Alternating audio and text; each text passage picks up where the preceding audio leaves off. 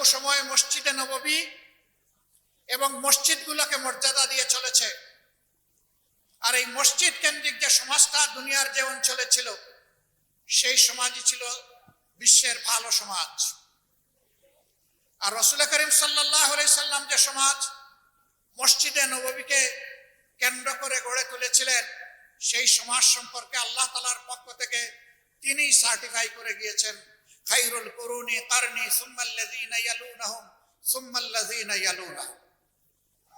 হে বিশ্ববাসী, তোমরা জেনে রাখো, আজ আমি যে সমাজ ব্যবস্থা গড়ে তুলেছি, আল্লাহর কিতাব এর ভিত্তিতে এই সমাজটাই হচ্ছে বিশ্বের সর্বশ্রেষ্ঠ সমাজ।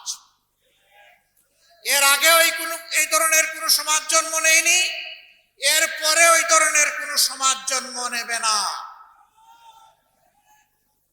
সুতরাং ওই সমাজকে অনুসরণ করে যেই সমাজ ব্যবস্থা গড়ে উঠবে, সেই সমাজ ব্যবস্থাই দুনিয়ায় শ্রেষ্ঠত্বের আসনে বসবে। নবীজির এই সমাজকে বাদ দিয়ে মন গড়া কোনো মতবাদ তন্ত্র মন্ত্র দিয়ে যে সমাজ গড়া হবে, সেই সমাজ আল্লাহর কসম দুনিয়াকে শান্তি এবং সম্মান দুটার কোনোটাই দিতে পারবে না। এটি প্রমাণিত সত্য। দুনিয়ার যে কোনো মহাদেশে হোক, দেশে হোক, অঞ্চলে হোক, এটি প্রমাণিত সত্য। বাংলাদেশ 90% মুসলমানের দেশ। এদেশের 90% মুসলমান আল্লাহর উপর ঈমান রাখে, আল্লাহর কোরআনকে মানে, নবী করিম সাল্লাল্লাহু আলাইহি সাল্লামকে শেষ পয়গম্বর স্বীকার করে।